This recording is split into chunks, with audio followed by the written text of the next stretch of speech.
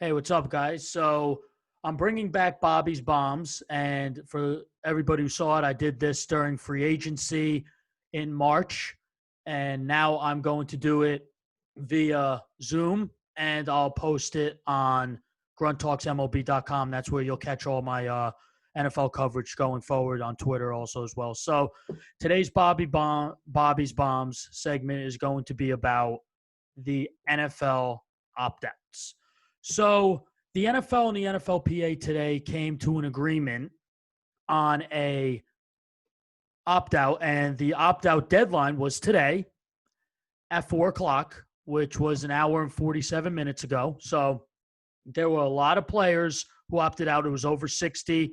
I will give you real quick, Bills fans watching, I know in the morning, Tre'Davious White, their cornerback, they're one of the best corners in football, their best defensive player, tweeted somebody, he was getting criticized about being selfish, about wanting to opt out, and he said his girlfriend's grandfather, I believe, passed away of COVID, so he was very disappointed, very upset. He ended up not opting out, so he decided to play, and that's a huge, huge plus for the Bills, because without him, that team would have been in trouble on defense. For Patriots fans like myself, the McCourty brothers were very, very concerned about this, or they still are. They feel the NFL is not doing their best to get everything going forward to protect the players. They think they don't care about the players. There was a lot of optimism that the McCourtys would opt out. The Patriots have the most opt-outs of any team. They have 8 players opt out. And the McCourty twins today, the deadline went. Personally, for me, I thought I would get an alert on my phone today that they would opt out. They did not, thank God. They will play. And a lot of other players, I'll give you an example. I thought J.J. Watt was going to opt out because he criticized the NFL too. I thought he wouldn't want to play, especially because now his new wife is pregnant. So, and he also has a nephew, Derek Watt. So he ended up not opting out. So Aaron Donald, he didn't opt out. A funny thing with Aaron Donald, real quick, I'll say, is that he will not wear that protective face covering that the NFL is doing. That plastic they now go in front of your face, underneath the helmet, right in front of the face mask. He refuses to do that. And he basically said if he gets COVID, he gets COVID. So not a smart way to go about it, but who am I? So the NFL opt-out deadline passed, and a big, big list. As I said, the Patriots lead any team with 8 opt-outs. I have the list of opt-outs right here. I'm going to go through it team by team. The Arizona Cardinals had 1 player, and that's Marcus Gilbert, their offensive lineman. He will not play this season. The Atlanta Falcons actually have nobody opt out. One of the few teams that don't have an opt out, so that's good with that. The Carolina Panthers, edge rusher Christian Miller and linebacker Jordan Mack have opted out for them. The Chicago Bears, as I said the other day, Eddie Goldman, their defensive lineman, stud defensive lineman, has opted out. For the Dallas Cowboys, they lost running back Jamiz Ulawali, wide receiver Stephen Guidry, cornerback Maurice Kennedy. That's it. They have 3. So the Detroit Lions lost wide receiver newly signed from the Green Bay Packers, Geronimo Allison, offensive lineman Russell Bodine, and defensive lineman John Atkins, who have opted out. For the Green Bay Packers, they have 1 opt-out.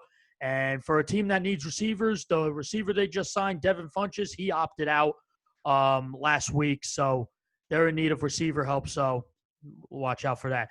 For the LA Rams, offensive lineman Chandler Brewer opted out.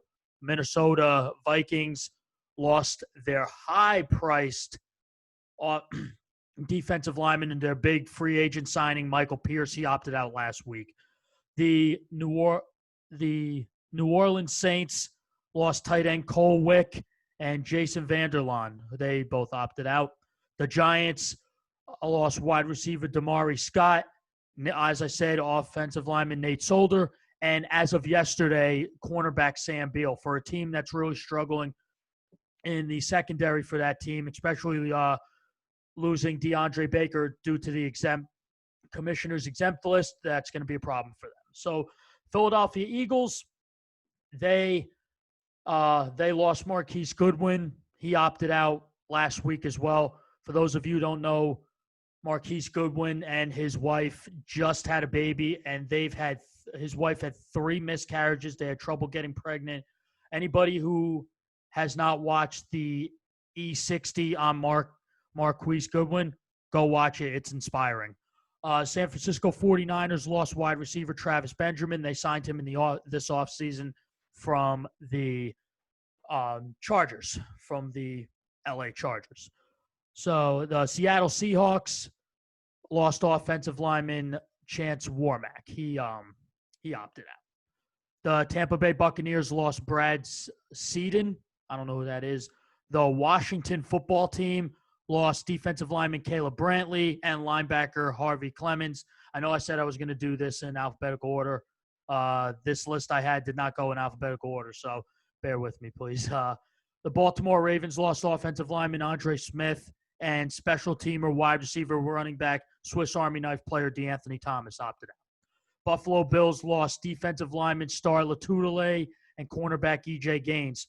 And this goes back to losing E.J. Gaines. He didn't play last year due to injury, but if they lost Tre'Davious White, this team in the secondary was going – this defense, one of the best defenses in football and best secondaries in football too from last year. Losing E.J. Gaines, like I said, didn't play last year, but if they lost Tre'Davious White to opting out, that would be a problem for this team. But losing Star Latulele, they lose a big player on that defensive line, that front set. The Cincinnati Bengals, offensive lineman Isaiah Prince opted out. Defensive lineman Josh Tupou locked out. I don't know who that is. So for the Browns have quite a bit of players as well. They've lost a few offensive linemen. That's going to be a problem for protecting the franchise in Baker Mayfield. Offensive linemen Drake Dorbeck, Drew Forbes, Colby Gossett, and Malcolm Pridgeon opted out. And defensive lineman Andrew Billings opted out. For the Denver Broncos, they lose offensive tackle Jawan James, who they got from the Miami Dolphins, and Kyle Pecco, defensive lineman, opted out for the Broncos. For the Houston Texans, they have one opt-out defensive lineman, Eddie Vander does. The Indianapolis Colts lost linebacker Sky Moore I believe he's from South Carolina, was a rookie last year. He opted out. They also lost safety Melville Tell III and Roland Milligan. The Jacksonville Jaguars lost defensive lineman Al Woods. As of yesterday, newly signed cornerback Rashad Melvin and special team player Laurenti McCray. The Kansas City Chiefs, they lost a big one last week, running back Damian Williams, who's been nothing but short of spectacular for them ever since getting him in 2018 from the Dolphins. He opted out, and that leaves a huge opportunity for first 32nd overall pick in this year's draft, Clyde Edwards-Helaire. He was projected to take the starting job anyway, and now you're going to see it for yourself. It was a great pick. They also lost the first opt-out of 2020, came from the Chiefs. It was offensive lineman Laurent Duvernay-Tardif. And for those of you who don't know, he's a doctor. He's got a doctorate. He's a doctor. He's taken this year off to protect his family and also find more research for the coronavirus. So hats off to him. And they also lost offensive lineman Lucas Niang. The Los Angeles Chargers have no opt-outs. So we'll go to the Las Vegas Raiders. They lost edge rusher Jeremiah Volaga, linebacker Ukemi Ilagi, and cornerback DJ Killings.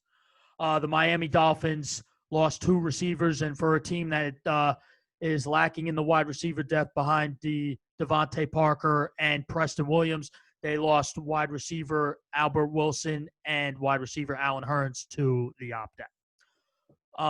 The New York Jets, Josh Doxson, he opted out, and they also lost linebacker C.J. Mosley, who opted out. And a lot of Jets fans, including my podcast co-host, my brother Julian, definitely is not happy about C.J. Mosley. We're going to have a show later this week, and we'll talk about this, and you'll hear his reaction to the C.J. Mosley opt-out because he's not happy at all. The Pittsburgh Steelers have no opt-outs. So only 3 teams with no opt-outs: the Atlanta Falcons, the Los Angeles Chargers, and the Pittsburgh Steelers. The Tennessee Titans lost offensive lineman Anthony McKinney to opting out. And last but not least, my New England Patriots, who have the league-high 8. Let's go down the list. Running backs, Brandon Bolden, and fullback Danny Vitale, who they just signed this offseason, opted out. Wide receiver Marquise Lee opted out. Tight end Matt LaCosse opted out. And the Patriots' tight end room is a bit thin, but this leaves a huge opportunity for draft picks this year: Devin Asiasi and Dalton Keene. Offensive lineman Marcus Cannon, who was our right tackle, opted out, and he's at higher risk because he also had cancer as well. And also Najee Toran, who was a rookie this year, he opted out.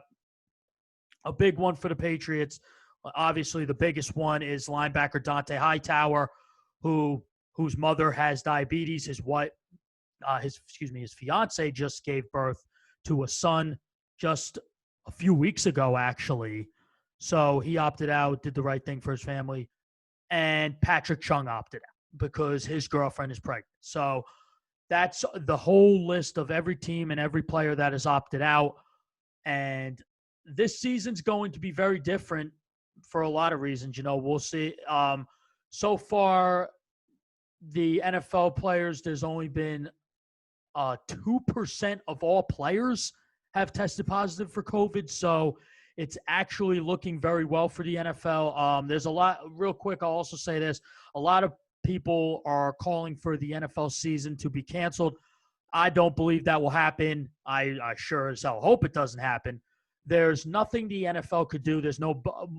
I will say this. The Saints did do a bubble. They created a bubble with a separate hotel, and any player, it's optional for players. That's a smart thing to do. I could see NFL teams moving forward. But it's so late in the offseason. If they wanted to do a bubble, I think they should have did it.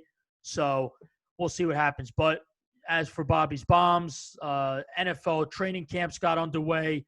This week was basically you had to pass 3 tests, and if you got 3 tests and you did not test positive, you were allowed in the building, and it's conditional. Next Thursday, the 12th, is when teams could practice with pads. So something to look forward to. Also, another Bobby's Bombs for those of you who don't know. Lions quarterback Matthew Stafford was put on the COVID list. He never had COVID. It was a false negative. He was taken off the list. So that's another thing on Bobby's Bombs. But that's all I have for you guys. I'm going to have a lot more of this. When a big story breaks, I'll come on here and break the story for you. So moving forward, this is what's going on. So this will be on grunttalksmlb.com. Catch me there. For those on Bobby Thompson, I will see you guys soon.